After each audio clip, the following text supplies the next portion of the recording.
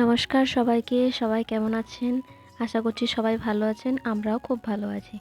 শিল্পা সৌভিক লাইফস্টাইলের একটি নতুন ভিডিওতে সবাইকে স্বাগত। আজ হচ্ছে রবিবার, জুলাইয়ের 6 তারিখ। আমি ভিডিওটা সকাল থেকেই শুরু করছি।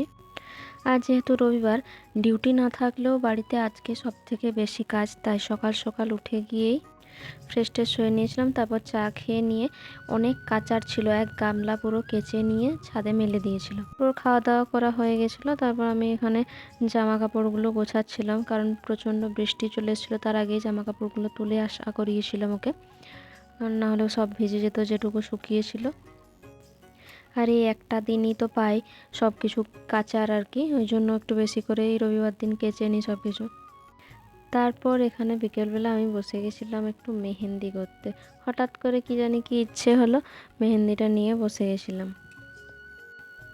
তারপর ওখানে বসে বসে নিজের মনের মতো করে আর কি মেহেন্দি আঁকছিলাম, যদিও আঁকতে পারি না, যা হোক কিছু একটা করছিলাম। চাটা খেয়ে নিয়ে ও গিয়েছিল একটু বাইরে জল নিয়ে আসতে, খাবার জল, আর আমি এখানে একটু আলতা পরছিলাম। সপ্তাহের একটা দিনই পাই যেটা শুধুই নিজের জন্য, কিন্তু এই রবিবার দিনটা যে কত তাড়াতাড়ি পেরিয়ে যায় বুঝতেই পারি না। সকাল থেকে ওঠার পর থেকে কাজ করতে করতে তারপর টাইমটা যে কখন পেরিয়ে যায় বুঝতে পারি না।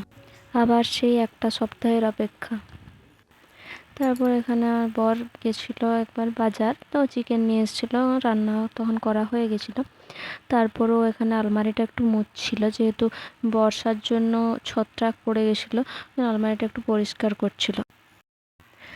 তারপর এখানে রাত্রের খাবারও করে নিয়েছিলাম, ও চিকেন নিয়ে এসেছিলো রাত্রে একটু, তো চিকেন বানিয়েছিলাম রাত্রেবেলা, আর হচ্ছে ভাত করেছিলাম।